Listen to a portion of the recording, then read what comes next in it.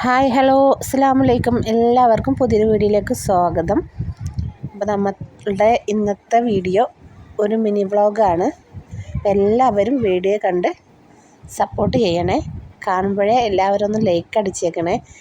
ലാസ്റ്റിലേക്കായാൽ ചിലപ്പോൾ ഒന്ന് മറന്നു പോകും, അതുകൊണ്ടാണ് പറയുന്നത്, ഒന്ന് ലൈക്ക് അടിച്ചേക്കണേ. ഇന്നത്തെ ലേറ്റായിട്ടാണ് എഴുന്നേറ്റത്. അപ്പോൾ ഒന്നുമില്ല, ഉറക്കം കണ്ണിൽ നിന്ന് പോകുന്നില്ല. അപ്പോൾ അതുകൊണ്ട് ലേറ്റായി. ഞാൻ പെട്ടെന്ന് തന്നെ ട്രൈപോഡൊക്കെ എടുത്ത് പെട്ടെന്ന് തന്നെ വീഡിയോ എടുക്കാനുള്ള ഒരു ഇത് ചെയ്ത് വെച്ചായിരുന്നു. അപ്പോൾ അതുകൊണ്ട് പെട്ടെന്ന് വീഡിയോ എടുക്കാൻ പറ്റിയിട്ടാണ്. കൊച്ചുങ്ങളെ സ്കൂളിൽ വിടുന്ന ദിവസങ്ങളായതുകൊണ്ട് നമുക്ക് ഇത്തിരി തിരക്കും കാര്യങ്ങളൊക്കെ ആണല്ലോ. അപ്പോൾ ആദ്യം തന്നെ ചോറിടണം. കൊച്ചുങ്ങൾക്ക് ചോറ് കൊണ്ടുപോകാനായിട്ടുള്ള അതിൽ കൂടെ നമുക്കും ഇത്തിരി ഇടും കേട്ടോ. ചോറ് അടുപ്പിലല്ല, ഗ്യാസിലിടണം. പിന്നെ ഇപ്പുറത്തെ അടുപ്പിലും നമ്മൾ കൊച്ചുങ്ങൾക്ക് കൊണ്ടുപോകാനുള്ള വെള്ളമാണ് വെച്ചിട്ടുള്ളത്.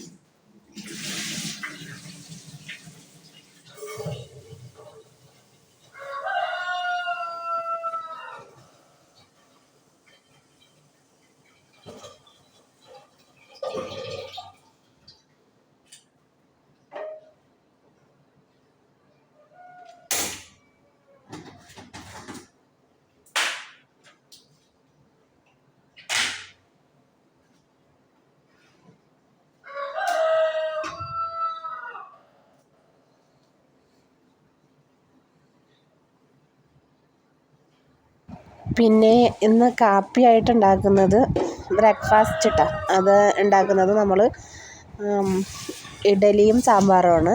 അപ്പം അതിനായിട്ട് ഞാൻ സാമ്പാർ വെക്കാനായിട്ട് നമ്മുടെ പരിപ്പ് എല്ലാം കഴുകി, അപ്പോൾ കഷ്ണങ്ങളൊക്കെ തലേന്നാ തന്നെ നമ്മൾ മുറിച്ച് ഫ്രിഡ്ജിൽ വെക്കുവേ. പിന്നെ പരിപ്പൊക്കെ കഴുകിയിട്ട് കഷ്ണങ്ങളും ഇട്ട് മറ്റേ കായവും സാമ്പാർ പൊടിയും മല്ലിപ്പൊടിയും മുളക് പൊടിയും മഞ്ഞൾപ്പൊടിയും ഉപ്പ് എന്നിവയൊക്കെ ചേർത്തിട്ട് ഒരു 2 വിസിൽ, ഓരോ കുക്കറിനനുസരിച്ചാണ് ആ വിസിൽ. നമുക്കൊരു 2 വിസിൽ വേണ്ട, എന്നാലും 2 വിസിൽ ഞാൻ അടുപ്പിച്ചു. അപ്പോൾ അതും കൂടെ ഇട്ടിട്ട് നമുക്ക് സാമ്പാർ റെഡിയാക്കിയെടുക്കാം.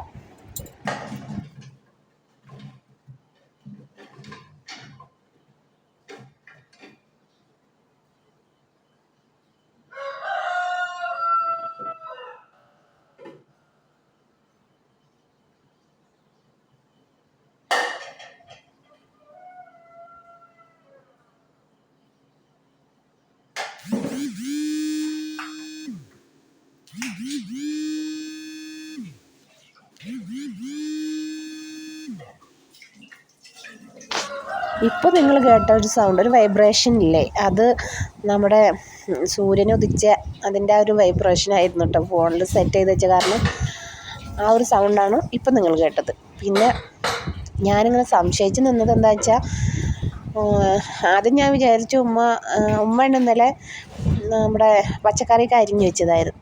അപ്പോൾ ഞാൻ വിചാരിച്ചു ആദ്യം അരിഞ്ഞിട്ട് കഴുകി വെച്ചായിരിക്കും എന്ന് വിചാരിച്ചു. അപ്പം ഞാൻ പരിപ്പ് കഴുകിയ നമ്മുടെ വെള്ളത്തിലോട്ട് കഷ്ണങ്ങളൊക്കെ ഇട്ടപ്പോൾ എനിക്ക് ഈ അരിപ്പ പാത്രത്തിൽ കുറച്ച് മറ്റേ ഇതിൻ്റെ എന്താണ് പറയുക, ചൊരക്കടൊക്കെ കുരു എടുക്കുന്നുണ്ട്. അപ്പോൾ എനിക്ക് സംശയമായി, ഇത് കഴുകിയിട്ടില്ലേ എന്നൊരു സംശയം. അപ്പോൾ അത് കാരണം വീണ്ടും ഞാൻ കുക്കറിൽ തന്നെ നിറച്ച് വെള്ളം ഒഴിച്ചിട്ടൊന്ന് കൈകൊണ്ട് ഞെരടിയിട്ട് ഒന്ന് കഴുകിയെടുത്തു. ഇനിയിപ്പോൾ കഴുകിയതാണോ അല്ലയോ എന്നെനിക്കറിയാൻ വയ്യ, അത് ഉമ്മ അങ്ങോട്ട് ചോദിച്ചാലേ അറിയൂ. അപ്പോൾ അതുകൊണ്ട് ഒന്നുകൂടെ കഴുകിയെടുത്തിട്ട് നമ്മൾ ബാക്കി സാധനങ്ങളെല്ലാം ചേർത്ത് കൊടുത്തു.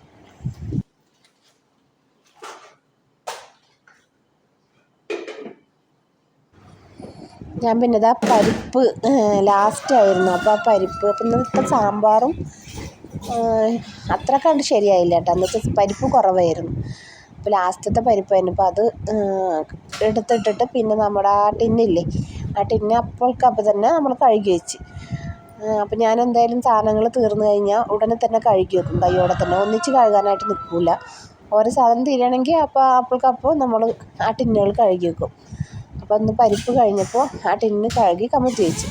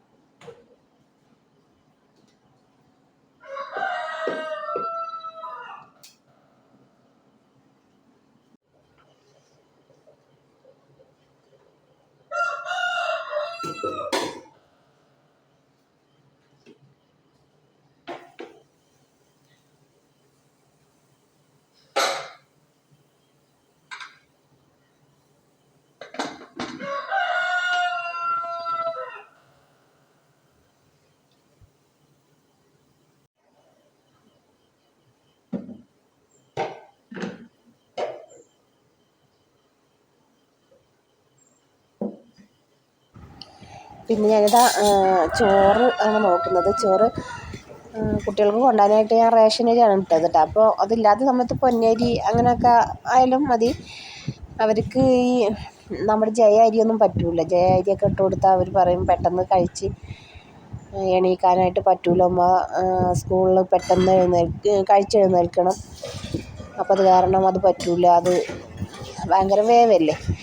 അപ്പോൾ അവർക്ക് റേഷൻ അരി മതി എന്നാണ് അവർ പറയുന്നത്. അപ്പോൾ അത് അരി തികഞ്ഞില്ലെങ്കിൽ നമ്മൾ പൊന്നരി അങ്ങനെയൊക്കെ മേടിക്കും. പിന്നെ നമ്മൾ തയ്ച്ചോറിൻ്റെ അരിയല്ലേ, അതായിട്ട് ചിലപ്പോൾ ബിരിയാണി പോലെയോ നെയ്ച്ചോറ് അങ്ങനെ എന്തെങ്കിലുമൊക്കെ വെച്ച് കൊടുക്കും. അപ്പോൾ ഈ റേഷൻ അരി നമ്മൾ നല്ല പശയല്ലേ, അപ്പോൾ ആദ്യം കുറച്ച് വെള്ളം വെക്കണം. കുറച്ച് വെള്ളം വെച്ചിട്ട് നമ്മൾ അരി കഴുകിയിട്ടിട്ട് തിളപ്പിച്ചെടുക്കണം. നന്നായിട്ടൊന്ന് തിളച്ച് ഒരു ഹാഫ് വേവൊക്കെ ആകുമ്പോൾ അത് സിങ്കിലേക്ക് ഇറക്കി വെച്ചിട്ട് അതിൽ നിറച്ച് വെള്ളം ഒഴിച്ചിട്ട് ഒന്ന് കലക്കി നമ്മുടെ കയ്യിൽ വെച്ചിട്ട് നന്നായി ഒന്ന് കലക്കിയിട്ട് ആ വെള്ളം ഊറ്റി കളയണം കേട്ടോ. അപ്പോൾ നമ്മുടെ ഈ പശയും ഫസ്റ്റത്തെ സ്റ്റാർച്ചൊക്കെ അല്ലേ, അതൊക്കെ നന്നായിട്ടത് പോയിട്ട് നമ്മൾ നിറച്ച് ഇപ്പോൾ ഈ കലം നിറച്ചും വെള്ളം വെച്ചിട്ട് ആ അരി ഉണ്ടല്ലോ, ആ അരിയും ഈ വെള്ളം കൂടെ ഈ കലം നിറച്ചും വെക്കണം. എന്ന് വെച്ചിട്ട് വേവിച്ചെടുക്കണം. അപ്പം നല്ല ഒട്ടാത്ത നല്ല ചോറായിട്ട് കിട്ടും.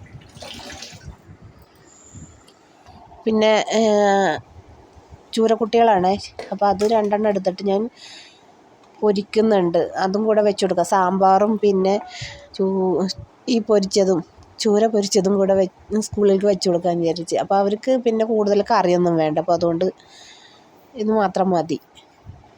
ഞാനിതാ രാവിലെ ഇഡലി ഉണ്ടാക്കാനായിട്ട് സോഡാപ്പൊടിയും പിന്നെ ഉപ്പും കൂടെ ഇട്ടിട്ട്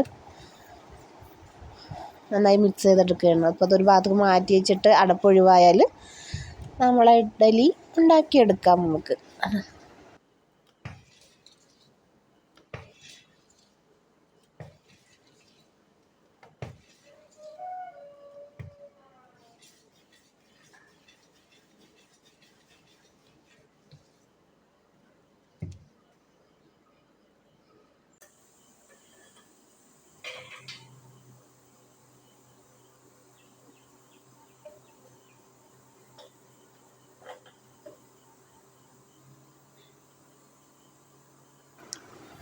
പിന്നെ അതാ ഇഡലി പാത്രത്തിൻ്റെ തട്ടിൽ നമുക്ക് കുറച്ച് എണ്ണ പുരട്ടി കൊടുക്കണം. അപ്പോൾ പെട്ടെന്ന് ഇളക്കി നമുക്ക് കിട്ടും. അതിനായിട്ട് നമുക്ക് നന്നായിട്ട് ഒന്ന് എണ്ണ പുരട്ടി കൊടുക്കണേ. അപ്പോൾ അതാണ് ഞാൻ ചെയ്യുന്നത്. 3 ഇഡലി തട്ട് വെക്കുന്നുണ്ട്. അപ്പോൾ 3 ഇഡലി തട്ട് ഒരുമിച്ച് വെച്ചാൽ നമ്മുടെ അടിയിലത്തെ ഇഡലി പൊങ്ങി വരുമ്പോൾ അതിൻ്റെ സെൻറ്ററിലിരിക്കുന്ന തട്ടുമ്മൽ വന്നിട്ട് മുട്ടി കഴിഞ്ഞാൽ അതിൻ്റെ താഴെ ഇഡലിയുടെ മാവൊക്കെ ഉണ്ടാവും. അപ്പോൾ അതുകൊണ്ട് ഞാൻ താഴെ ഒന്ന് ജസ്റ്റ് ഒന്ന് പുരട്ടി കൊടുക്കുന്നുണ്ട്. എന്നുവെച്ചാൽ ഞാൻ പെട്ടെന്ന് നമുക്ക് ഇഡലി ആയി കിട്ടാൻ വേണ്ടിയിട്ടാണ് ഒന്ന് 3 തട്ട് വെക്കുന്നത്. അല്ലെങ്കിൽ ഞാൻ 2 തട്ട് വെക്കുള്ളായിരുന്നു.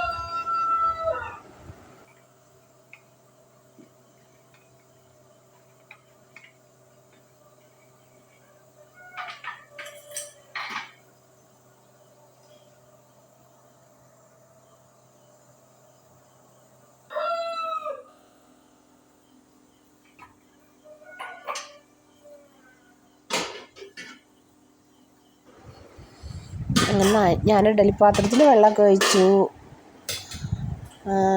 തട്ട് വെച്ചു. പിന്നെ അത് മാവ് കോരി ഒഴിക്കാൻ പോവുകയാണ്. നമ്മുടെ മറ്റേ അടുപ്പിൽ ചോറ് കിടന്ന് തിളച്ചുകൊണ്ട് ഇരിക്കുന്നുണ്ട്. അതിപ്പോൾ ആവും, അധികമൊന്നും വേണ്ട, ഒരു 5 മിനിറ്റ് ആകുമ്പോഴത്തേന് അത് വേവും.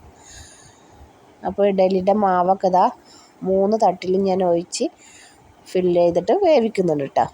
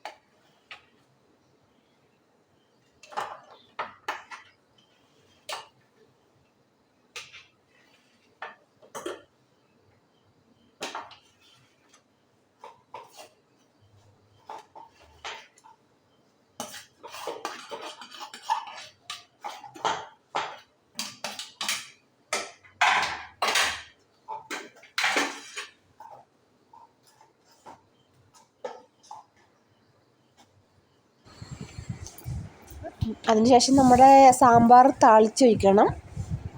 അപ്പം ഞാനിതാ കടുക് പൊട്ടിച്ചു. ഇനി അങ്ങോട്ട് കറിവേപ്പിലയും പിന്നെ ചുവന്ന മുളകില്ലേ, വറ്റൽമുളക്, അതും കൂടെ ഇട്ടിട്ട്, പിന്നെ ഞാൻ കൊച്ചുള്ളി ഇട്ടില്ല, സമയം ഉണ്ടായിരുന്നില്ല ഒന്നും അരിയാനൊക്കെ ആയിട്ട്. അപ്പോൾ അത് കാരണം പെട്ടെന്ന് തന്നെ സാമ്പാർ താളിച്ചൊഴിക്കാനായിട്ട് പോവുകയാണ്. മറ്റേ അടുപ്പിൽ ഞാൻ കൊച്ചുങ്ങൾക്ക് ഹോർലിക്സ് കൊടുക്കാനായിട്ട് പാല് തിളപ്പിക്കുന്നുണ്ട്.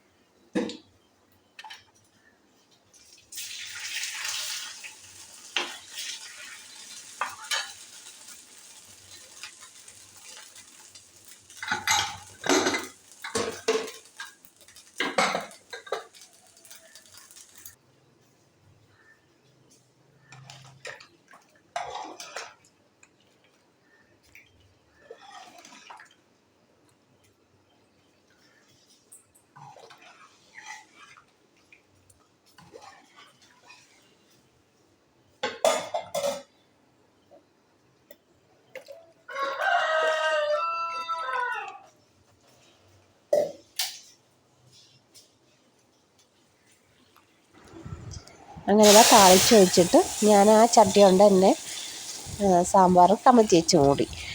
അപ്പോൾ പണ്ടത്തെ ഉമ്മമാരൊക്കെ പറയില്ലേ, തുറന്ന് വെച്ച് കഴിഞ്ഞാൽ സാമ്പാറിൻ്റെ താളിച്ച മണം പോകുമെന്ന് പറയും. അപ്പോൾ അതുകൊണ്ട് തന്നെ കുറച്ച് നേരം കമത്തി വെച്ചിട്ട് കുറച്ച് കഴിഞ്ഞിട്ടാണ് തുറന്നത്. അപ്പോഴത്തേന് നമ്മളെ മീനൊക്കെ പൊരിച്ചെടുത്ത് കൊച്ചുങ്ങൾക്ക് വെള്ളം ഉപ്പിലാക്കി, പിന്നെ ചോറ് പാത്രത്തിലാക്കി, കറി സാമ്പാറാക്കി. ഇനി മീൻ ഇങ്ങനെ നുള്ളി വെച്ച് കൊടുക്കണം കേട്ടോ, മുള്ള് ഒഴിവാക്കിയിട്ട്. അപ്പോൾ അവർക്ക് എളുപ്പം കഴിക്കാൻ പറ്റും, പിന്നെ മുള്ള് കുത്തുന്നുള്ള പേടിയും ഇല്ല. അങ്ങനെയാണ് ഞാൻ ചെയ്ത് കൊടുക്കുന്നത്.